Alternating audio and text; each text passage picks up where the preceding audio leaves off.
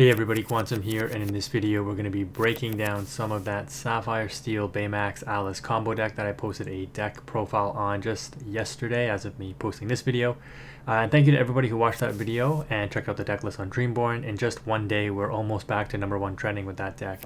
But I wanted to show you some of the more tougher matchups with this deck and some of the lines that you can go for, because the basically Artifacts green purple or emerald amethyst deck is extremely strong, especially when it's on the play. And you would think, steel, sapphire steel, you got a lot of answers to it, but the deck is very resilient on the opponent's side here. So you're going to see that once we see them on green purple, we're going to value our early game challengers, and this is what I talked about in the deck profile, this Mickey Mouse 1-drop actually being something that can come in and clean up basically all of the 1-drops that green purple plays. It's very, very valuable. Now the opponent plays a go-go on turn 3, and that's pretty weak, so generally, unless your opponent's hand is really bad, they're not going to be doing that. But the Gazelle here giving the extra turn of protection to Quest, it's not bad because they know we're not on Diablo, so they don't need to hold that Gazelle by any means. So not playing out any aggressive cards like the Bonsai and stuff, they may not have it, but the Go-Go is evasive, so we're going to do a Fire the Cannons to take that out. Ink, and then just pass turn. We've got a whole new world that we could refill our hand with, and that's why we ink the Hero, but of course they are on Ursula Deceiver, so we get punished for doing that. Again, playing like if I don't know what the opponent is on, but if you see green-purple, you can probably assume, yeah, they're on Deceiver of all. Now, it's unfortunate that we have to ink that Baymax because we are going to have to play for that Tinkerbell. It's one of the biggest checks to aggro, right? So we definitely need to focus on that. They just drop another Ursula here, and then another Gazelle. My list that I put together plays 2 Gazelle, Artifacts plays 1. So they ended up having both Gazelles in their hand there, which is actually kind of bad. But it does protect, right, giving an extra turn of Quest. So, Gazelle is actually a pretty decent card for Emerald because it's evasive until the start of your next turn. So here, not drawing the inkable kind of hurts. But we're going to be able to just raw play out the Jim Hawkins. No inking, so we don't get Challenger 2, which means, well, it didn't matter because the other Ursula had evasive anyways. But they're going to turn all their stuff sideways here, and we just have to hope for an inkable to get this Tinkerbell on field. Yeah, inking that here really hurt us. We draw the Imperial Bow, and unfortunately, we're going to have to ink it so that we can drop this Tinkerbell on board. It does end up cleaning up the Gazelle. And then we have to challenge with the Challenger Gym. Since we did ink, we got Challenger 2, just cleaning up the board a little bit here, and then using the 5-cost Gym to take out the final Ursula, leaving the opponent with just a rabbit. So again, you might be thinking, oh, Quantum, you're in a great spot. No, not really. So the opponent is going to challenge with the rabbit, take out my Gym, and then trade into my Mickey. So really good play on the CPU there, because they know I'm going to have to throw another character into that Mim Fox. Playing the Diablo here, I mean, I guess they know I'm going to take it out, right? Air quotes if it was a player. So just getting the free draw there might be better for the opponent. They're on 4 ink, I'm on 6. I've got threats. I've got 5 lore though. But this is where it starts to hurt. I don't have the Imperial Bow in rotation, which would work with the Jim Hawkins on board right now, and this Genie could potentially run away with the game. The saving grace here is I do have established questing pressure on board. 4, well now 6 with the SME. And I can actually race the opponent now because I was able to keep pace with them early game by managing the board state early on. You can see just how insane the green-purple deck is though. Like, the quest with Genie, drop Bonsai, like absolutely crazy. Thankfully we top deck some draw engine with the Hero, but you can argue it's not even what we need right now. We need to find the Imperial Bow, or just continue to try to outrace the opponent, which we can do. So in this scenario, I've set myself up that the opponent has to deal with my board, otherwise I go for game next turn. There's no way they can go for game. Of course, they have another Tamago though, and they just gain 4 lore instantly off of that Tinkerbell. They still can't go for game though. They would be like 1 short, I think, and they only have 2 ink available. So depending on what's in their hand, like they wouldn't have enough to goat. They could white. What is it, White Rose maybe? But they would have to have that exact card with the Tamago to win the game there. I end up challenging, which I think I could have just won the game here, but I opt to just play it out a little bit more for some stupid reason. Again, the opponent can't really win. They can quest for 3, which would put them up to 18. I mean, they would need ink goat fox in order to win here. So I definitely, could have threw for sure, but I just wanted to show you, what the CPU was on, I guess. Here you're gonna just see me draw Baymax and drop the Baymax to win the game, which is a nice alternative win condition. And then we're gonna check out what the opponent had in their hand, and this is what's gonna happen to players, right? They got all uninkable, so they had no play, thankfully. Double rabbit and a genie, so yeah, the opponent ended up bricking, and that ended up costing them the game. Let's go on to another match. So in this one, I actually wanted to use the green, no, not green, sorry, we just went up against green, the purple steel deck that ended up winning that one big event. I think the guy's name was Dylan, and it's a Jafar genie based deck, which is really interesting. We're going to be on the draw again. They start off with the Chernobog followers. So again, taking a look at what they're inking here, it's like, okay, they're on Amethyst Steel, not Amethyst Emerald. Yeah, the CPU always banishes the Chernobog followers, which you can argue here is incorrect. So that's like the only slight mistake, but they would have just got one extra lore out of it because they would definitely banish it here, not to leave it exerted to the Calhoun.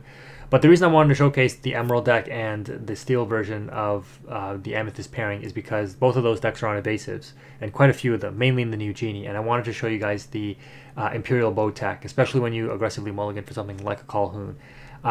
So here the CPU doesn't exert the blue fairy, like they know that I have Imperial Bow or something, so sure. Like you wouldn't normally quest with it. I do quest with the Calhoun, and then as soon as I do that, I realize that's a mistake because I'm playing into a Shift Tinkerbell, which you have to now fear with Amethyst Steel. Thankfully, they didn't have it, and they dropped Genie instead. And they sing with the Tinkerbell friends.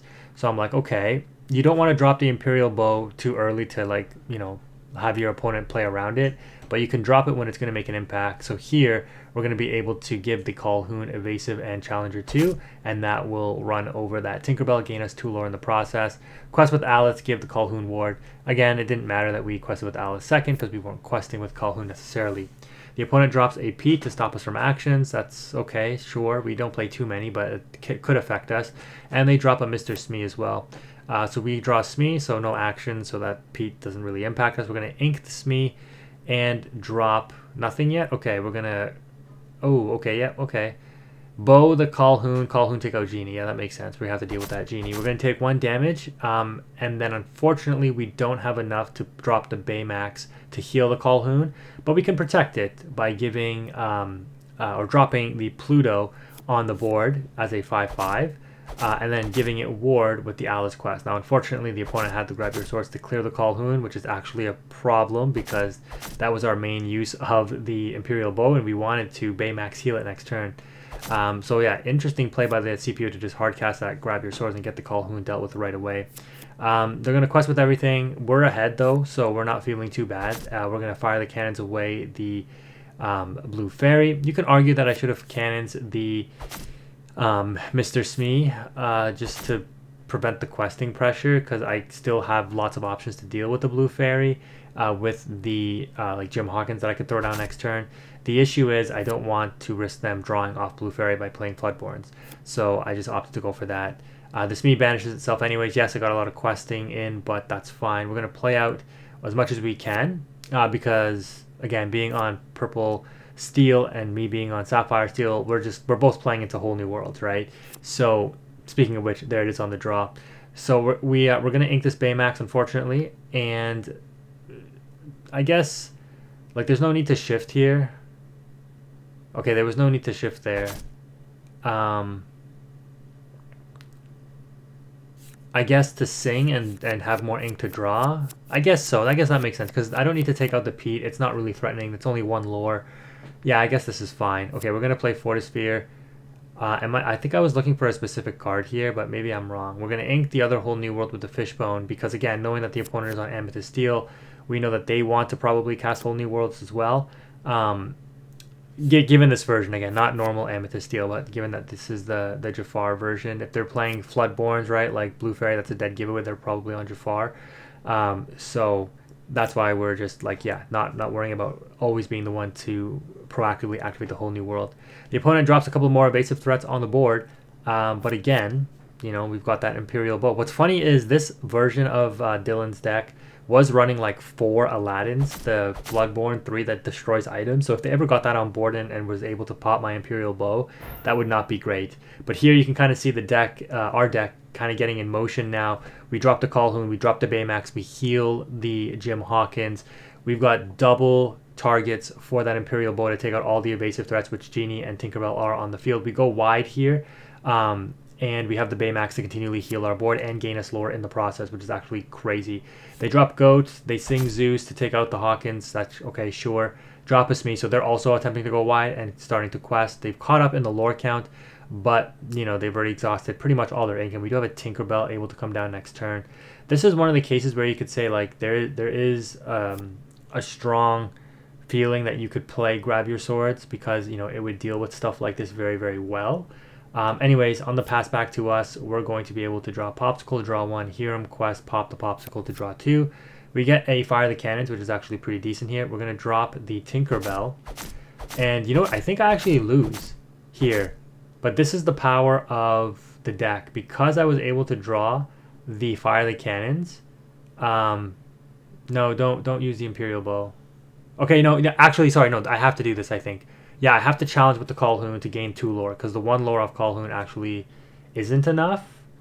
So I have to challenge. It doesn't matter what I challenge.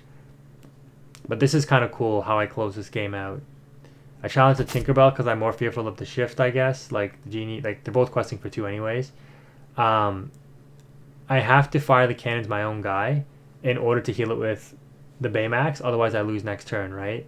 So I go to 17, and I would only be able to go to 19 with the quest of the Baymax. But because I can fire the cannons, deal 2 damage to the Hiram, quest with Baymax, heal 2 off of the Hiram, I can go to 21.